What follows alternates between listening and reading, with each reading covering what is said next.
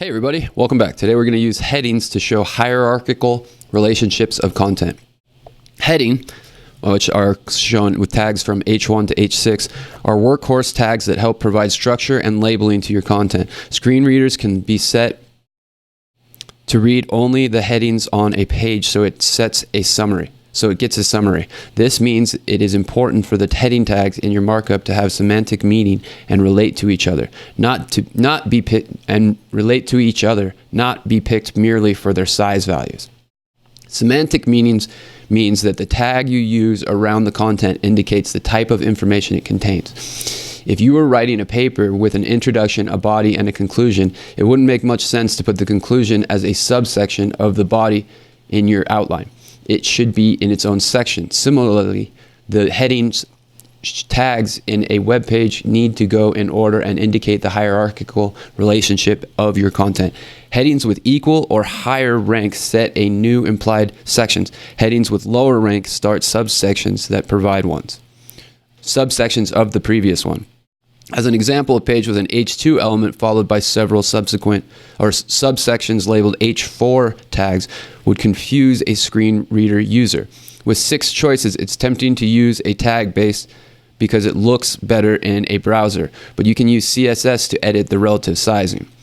On a final point, each page should always have one H1 element, which is the main subject of your content.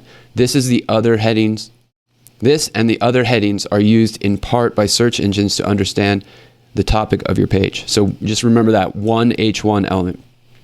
In this one, Camper Cat wants a page on the site dedicated to becoming a ninja. Help him fix the headings so his markup gives semantic meaning to the content. And gives semantic meaning to the content and shows the proper parent-child relationships of his sections. Change all H5 tags to the proper heading level to indicate they are subsections of the H2 ones. So here we have a lot of headings. We have one H1 element. Our code should have 6 H3 elements. Okay, and it should not have any H5 elements. So these H5 elements are not great. Learn the art of moving stealthily. How to hide in plain sight. Okay, so this is a main section. And then we probably want to just make these all H3 tags.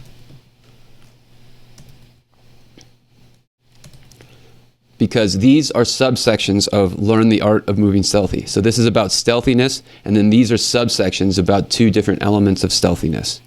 Here we've got learn the art of battle. So we want to and then strengthen your body and how to fight like a ninja. Okay, so these 2 are subsections of learn the art of battle. So we want to just change these to H3 elements.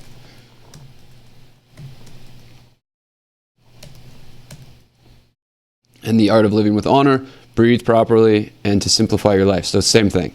We're just going to change these to H3 elements. And if we run the tests, I think that they'll pass. Okay, now I want to just make a point about this.